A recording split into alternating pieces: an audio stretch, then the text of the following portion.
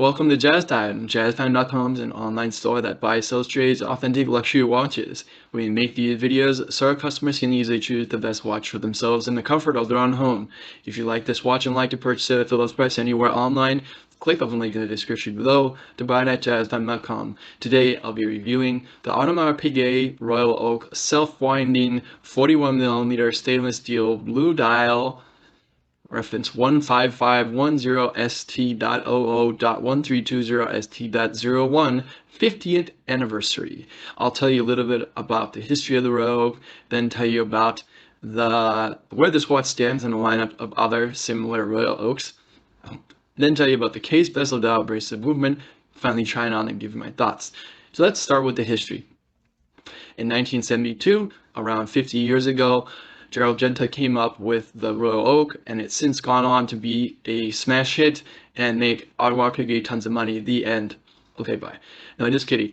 Basically, they've come up with the luxury sports watch that everybody else in the world has followed. Patek, Vacheron, IWC, even Rolex has gone on to make the luxury sports watch, and it's all because of the Royal Oak and Audemars Piguet. So they are the original creator for this. You have to give them credit where credit is due. You might not think it's the best. Maybe you do think it's the best. Doesn't matter. But the facts are still the facts. They came up with this luxury sports watch segment, and they really smashed it. Okay. All right. So there you go. That's a little bit about the history. Found a history lesson, but that's a little bit about the history. And it first came out, by the way, in 39mm, and it was blue, and it was stainless steel. That was how it came out. So that is probably why the blue one sells the best, and it has the best, price over retail, and it's impossible to get from an authorized dealer. But you can get it at JazzTime.com.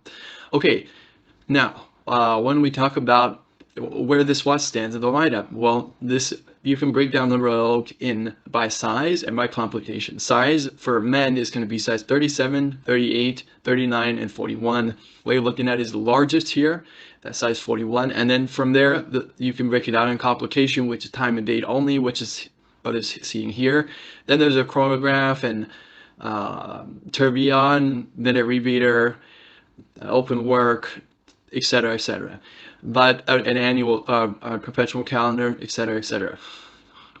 But this one is just the time and date only. And sometimes you might think, well, it's the cheapest, it's the most basic. Yes, it is. But it's also the cleanest, which is why it has traditionally done very well, almost always selling above retail, and it's very hard to get. This would be like the equivalent of a Rolex Daytona.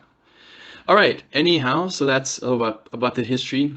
And by the way, I should say this also in the history, that this is the special 50th anniversary. It was only created on the 50th anniversary, which is in 2022. They created these ones for 1 year. And the only difference is that the case back has a 50th rotor instead of a normal AP rotor. And the 50th rotor is done in the material to match the rest of the watch. So for example, this one is in steel. They used I think it's a platinum rotor.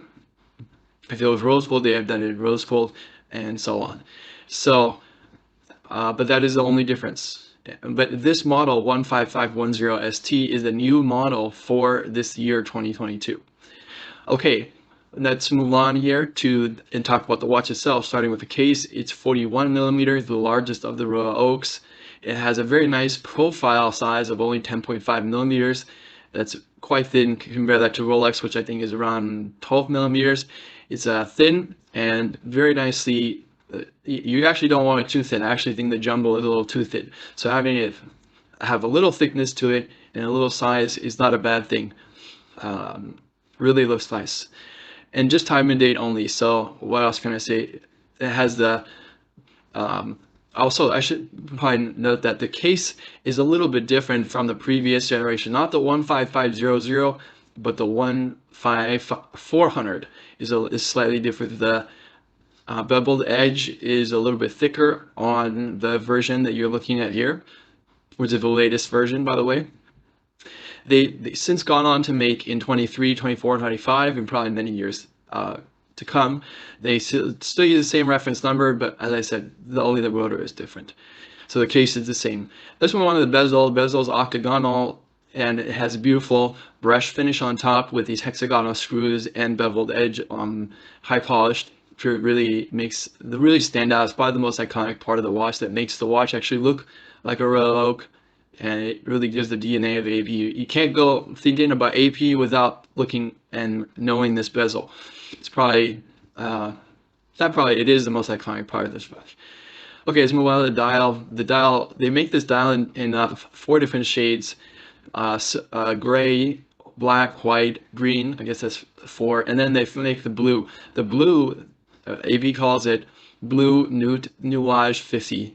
That's their, that's what they call it, and it's the original blue that was used in this dark blue. There's many shades of blue, right? Light blue, ice blue, turquoise blue, neon blue.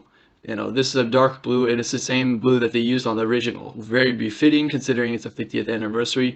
Then they use the standard grand tapisserie pattern, which is, again, is very beautiful. You look at it closely, it looks like a waffle pattern. And the hour markers, I believe, are a little bit thicker than the previous generation too. They're done in white gold, and the hour markers have luminescent coating.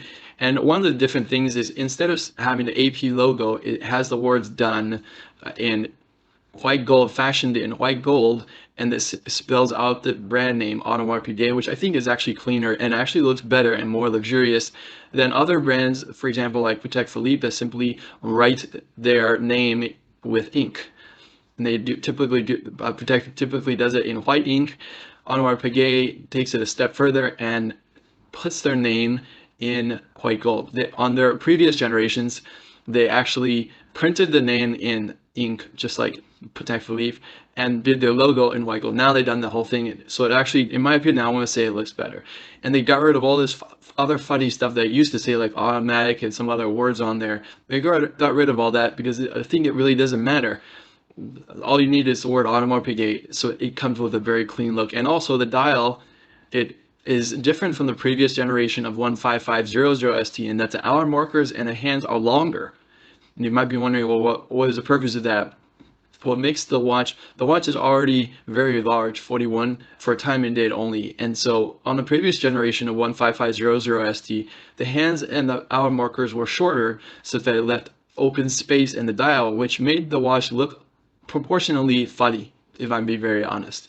And that words AP logo and then the words Audemars Piguet, it just really honestly looked funny. And that's why they got rid of it. And they fixed those mistakes, and now the watch is perfect. And I can't imagine, really, honestly, what they could possibly do with a time and date watch like this to make it any better, because it really is at perfection. So I will predict that they will use this model year for the next 10 years at least, and maybe even longer. You know, they used other jumbo reference 15202 for like almost 20 years. So they might even use this for longer, because there's really no way to improve upon it. It's already perfect. And so there you go. The bracelet here now is also integrated. Now, AB was one of the first, not one of the first, they were the first to integrate the bracelet. And what I mean by that is that if you look at the high polish, it integrates very nicely with the rest of the watch and these integrated center links. It really looks like the whole watch was designed as one. I wish more watches would do that.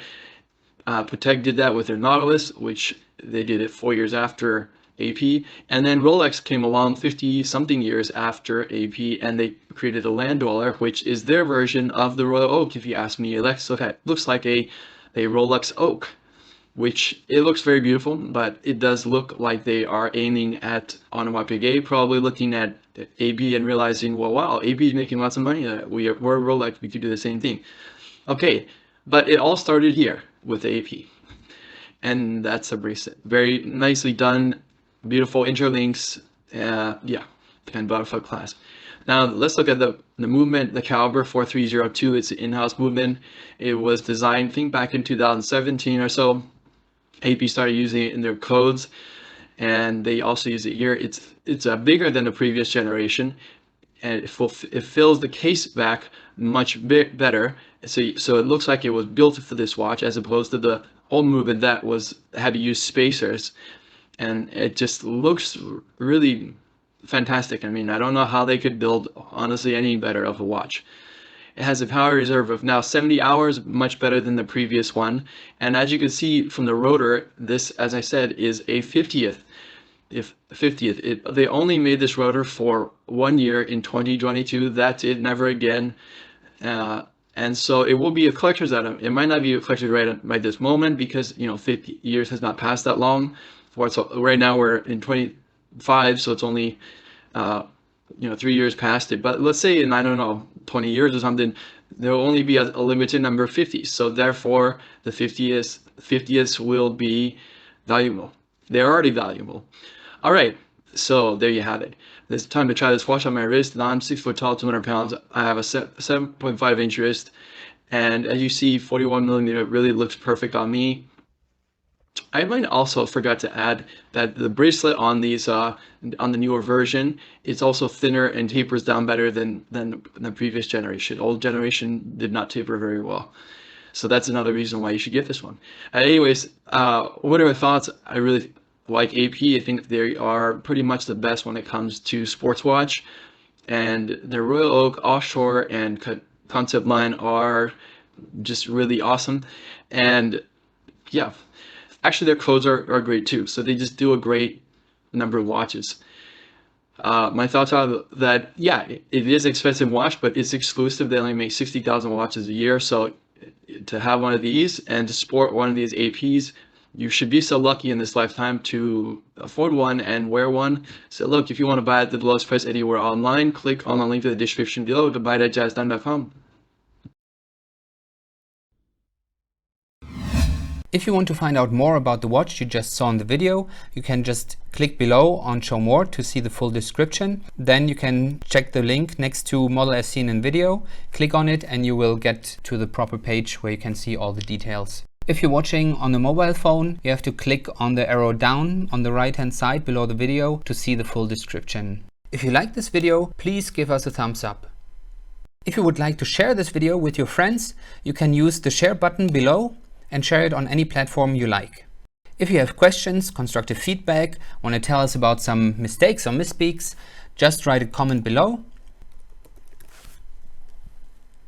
If you want to see more videos like this, you should subscribe to our channel and visit our channel page where you can find all the videos. And if you're interested in a specific watch brand, you can check out our playlists. If you want to check the price for a watch or want to buy one, remember at jazztime.com you always get a steep discount, so you should check the prices with us. If you want to know the price for a specific watch, just go to Google, type in JazzTime, plus the brand, model, and the details you're interested in, and Google will find the right page for you. Thank you for watching.